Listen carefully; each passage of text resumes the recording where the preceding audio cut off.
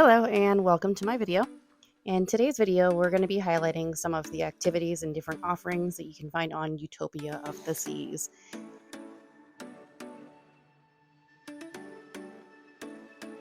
Let's start with something that is newer and unique to the newer ships in the line. That's something that is called a WOW band. If you're not familiar with what a WOW band is, it is essentially something that you can wear on your wrist that replaces your room key. That is something that you can get directly at guest services. So this is one of the first things that we do when we board. You can also reuse it on other ships that use them. So we had one that we purchased on Icon, so we went to guest services and I had them resync it for our sailing on Utopia. We'll show a picture here in just a few minutes, but again, that can be purchased directly at guest services. One important thing to note is that these WOW bands do not replace your SeaPass card when you get on and off the ship. When you get on and off the ship, you will still need your SeaPass card. So I wanted to highlight some of Adventure Ocean, the children's area. When we went up there, they were not doing their open house anymore, so we didn't get a whole lot of footage, but we did get as much as we could. But there was something really important that I wanted to note here is if you are traveling with tiny babies and you expect to use Adventure Ocean babies, you will need to go directly to Adventure Ocean when you board the ship. AO Babies has a very limited capacity depending on how many babies are on the ship, and they have a strict baby to teacher ratio, so they have very limited spots. So when you get on the ship, if you've got babies and you intend to use that service, you'll go to Adventure Ocean immediately so that you can reserve those spots. Usually there is a limit with how much time you can reserve up front. Sometimes depending on your sailing, you may be able to revisit Adventure Ocean on day 2 or 3 to see if there are any more open opportunities for you to book. Older kids do not need to be reserved, but they do need to be registered in order to be checked in and out of Adventure Ocean.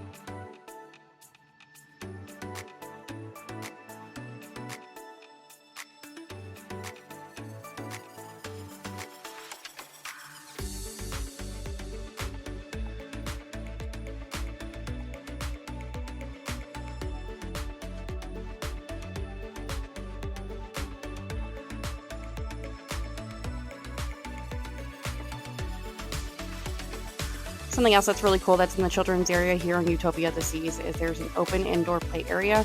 This is an area you can take your children to supervise them and watch them play throughout the day if the weather's bad. This is indoors, it is air conditioned, it is nice on days where it's windy or rainy or just cold outside.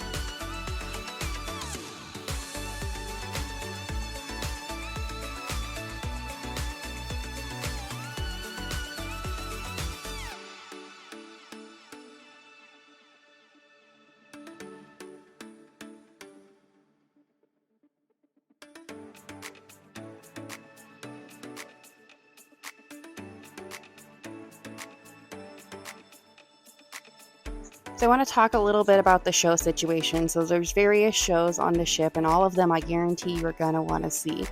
So usually about 30 days out from your sailing, the reservations for those shows will open up on the Royal Caribbean app. So it is recommended that you reserve those shows ahead of time. If for any reason the online bookings do book up before you're able to reserve, don't worry, there are other alternatives. They actually only book about 30% of the actual space ahead of time. So once you board on boarding day, you can go straight down to the box office and they'll still be able to book you. You'll want to do that immediately though. If for any reason that still doesn't work, there is standby lines for all of these shows. So if you want to go and get in that standby line 20 to 30 minutes before that show starts, you're still probably likely to get seats. We did that here for this Aqua show, and we still ended up getting really good seats, as you can tell here in the video. However, these seats are indeed in the splash zone, so you may get a little wet in that case. But with that being said, though, there is still opportunity for you to get those seats, even if you aren't able to make reservations.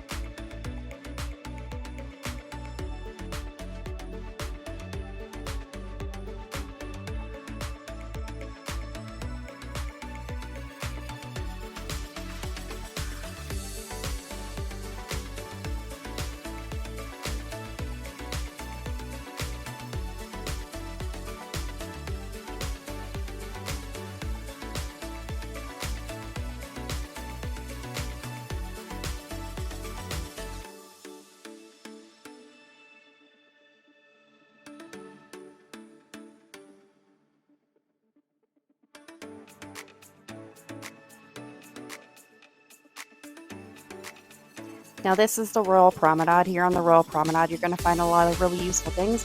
Some of those things are going to be guest services, cafe promenade, Starbucks.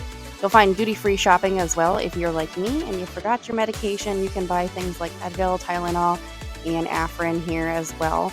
You do also have the ability to purchase any kind of toiletries you may have forgotten, like a toothbrush or anything like that. Here's also where you're going to find the logo shop for all of your souvenirs. Headed down to the boardwalk, some of the things that you can find out here on the boardwalk obviously is going to be your carousel.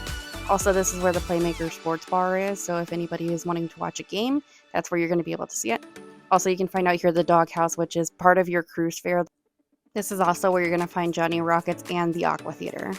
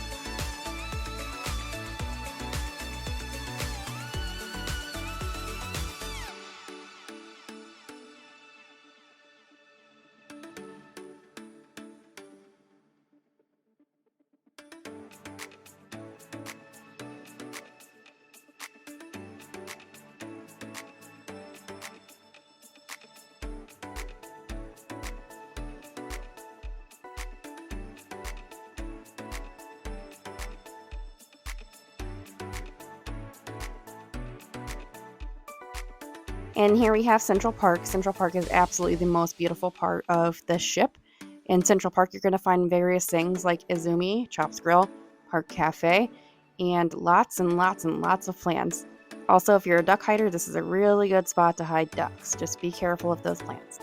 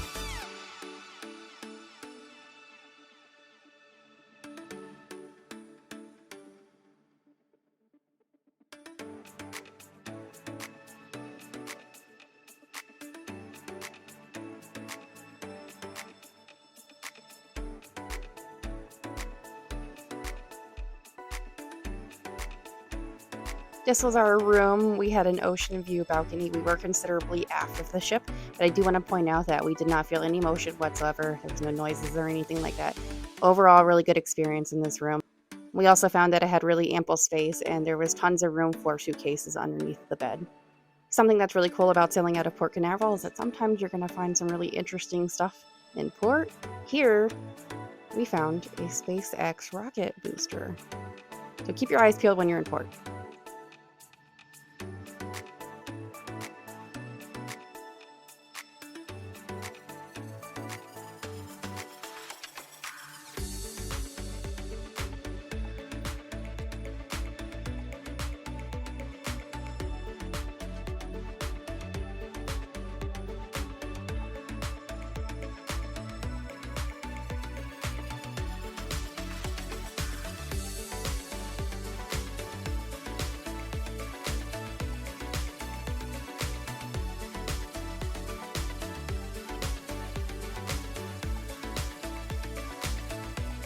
We comfortably fit 2 large suitcases under here. I think you could probably fit a solid 6 of those larger suitcases, no problem. Something that not a lot of people know about these refrigerators that are in your room is they're not actually refrigerators. They're just coolers, and they're not intended for perishables. So do not put any kind of perishables in them. Again, they are just a cooler.